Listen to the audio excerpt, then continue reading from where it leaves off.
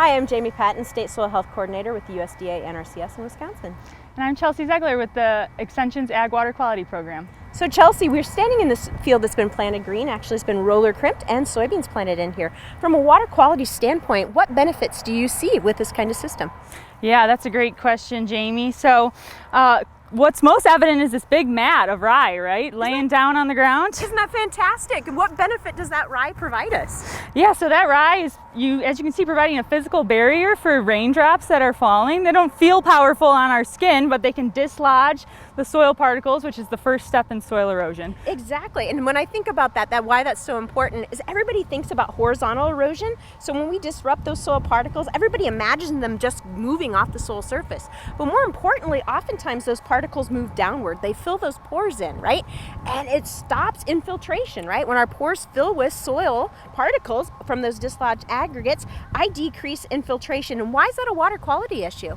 Well, typically when you have more water moving through a field, you're taking nutrients with it. So either the soil particle itself has phosphorus or even just runoff leaving the field can take any fertilizer you've applied on the surface with it. Exactly. So if we can stop that raindrop impact from breaking apart those aggregates, we will limit the amount of soil sealing, we'll reduce the amount of runoff, we'll reduce the amount of phosphorus moving out the system, and voila, we'll improve surface water quality in the area. Yeah, that's right. And this year we need as much water as possible to infiltrate. That is even a better point. So when we think about our systems, when we think resiliency to drought type situations, this year we've had, at least in this area that we're standing right now, we've had less than an inch of rainfall in approximately the last couple months. So every raindrop that hits the soil surface, we want to go in. So if we can preserve that aggregate by maintaining the soil residue, we know that that water particle has a better opportunity to potentially move into the soil rather than moving off. So this is almost a win-win when it comes to water, right? We're improving water quality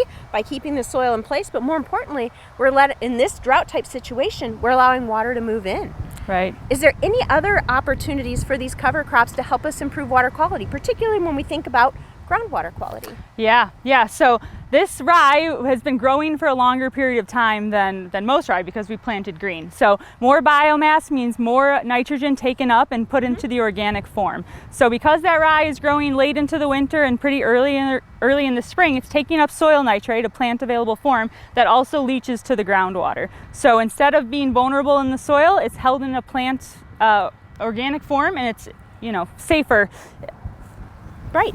And it has less potential to leach. So we're talking double duty here. So not only is this rye or this cover crop planting green provides us this residue that gives us opportunities to help preserve surface water quality, but it also helps us reserve and preserve groundwater quality. So a win-win for water quality overall. Yeah, great practice. Excellent.